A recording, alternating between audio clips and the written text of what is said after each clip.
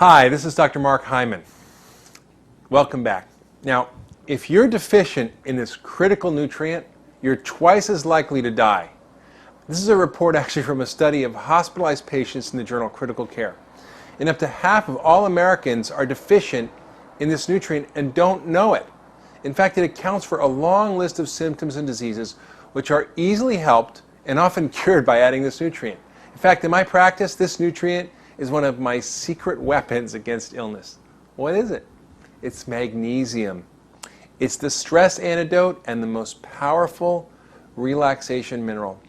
Now, I find it very funny that more doctors are included into this nutrient because we use it all the time in conventional medicine, but never stop to think about why or how important it is to our general health or why it helps our bodies function better. In fact, I remember using it when I worked in the emergency room.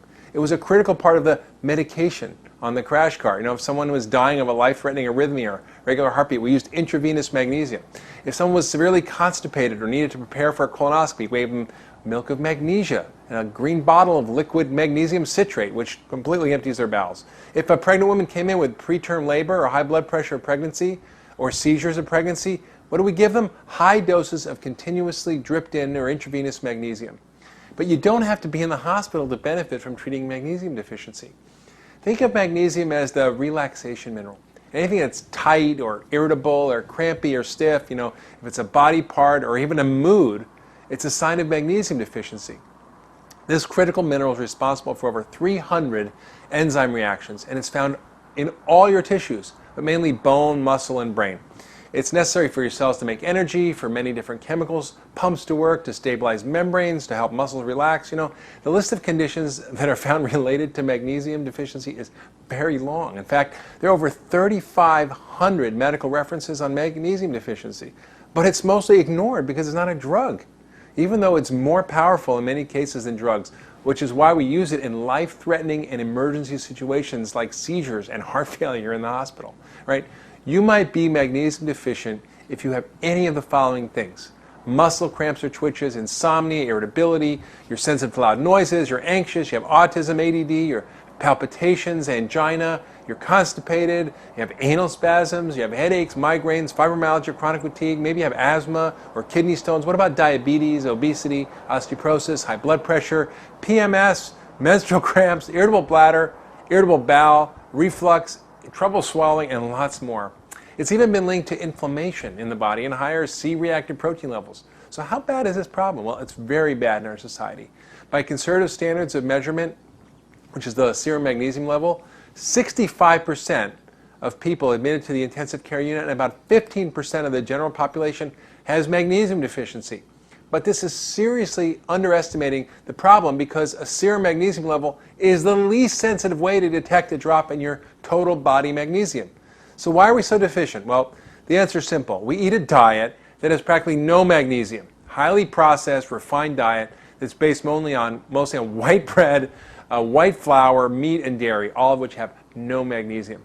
We live lifestyles that cause us to lose magnesium from our bodies, and whatever magnesium we have just goes out and we never replace it. We drink coffee, alcohol, we eat sugar, we're under chronic stress. In fact, one study in Kosovo, they found that under chronic war stress, there was tons of magnesium that came out in people's urine. And hardly any of us eat foods that are high in magnesium. I mean, when was the last time you had a good dose of sea vegetables or seaweed or nuts or greens or beans? I feel like most Americans, your nut consumption mostly comes from peanut butter and probably from chocolate-covered peanut butter cups. Now, our processed diet contains almost no magnesium.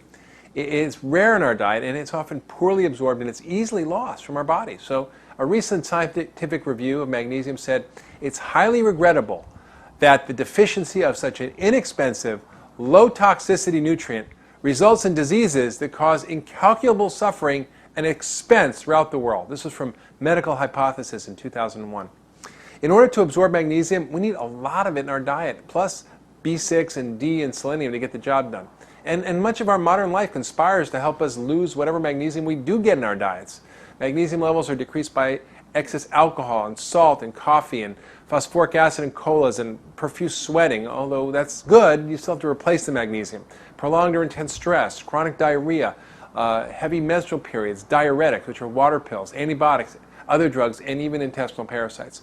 So it's very hard to measure, it's hard to study, but it accounts for untold suffering, and it's simple to correct. In fact, the most common blood test, serum magnesium, will miss most cases. So don't even look at the blood test, but look at the symptoms that you suffer or any of the diseases that I noted, and it's an easy fix. So how do you fix it? Well, number one, stop draining your body of magnesium. Limit the coffee, alcohol, colas, salt, sugar. Learn how to practice active relaxation, and check with your doctor if your medication might be causing magnesium loss. Next, eat foods high in magnesium. Things like kelp, wheat bran, wheat germ, almonds, cashews, buckwheat, Brazil nuts, dulse, filberts, millet, pecans, walnuts, rye, tofu, soybeans, brown rice, figs, dates, collard greens, shrimp, avocado, parsley, beans, barley, dandelion, garlic. Doesn't sound like your diet, does it? But it should. Take magnesium supplements. Now, this is very important. I think most of us do need these. And the minimum amount required is 300 a day. Most of us get even less than 200. And some need a lot more depending on their condition. And most people do well with between 400 and 1,000. Make sure you get absorbable forms, which I list in my writings. Avoid magnesium, carbonate, sulfate, and oxide and gluconate, which are very poorly absorbed and are the ones in most supplements. And take them with a team of other minerals in a multi-mineral. And try a hot Epsom salt bath, which is actually magnesium. The only warning I have is if you have kidney disease or severe heart disease, you should only take magnesium under a doctor's supervision. So there's no reason to suffer from so many things that result from magnesium deficiency. It's truly a miracle mineral.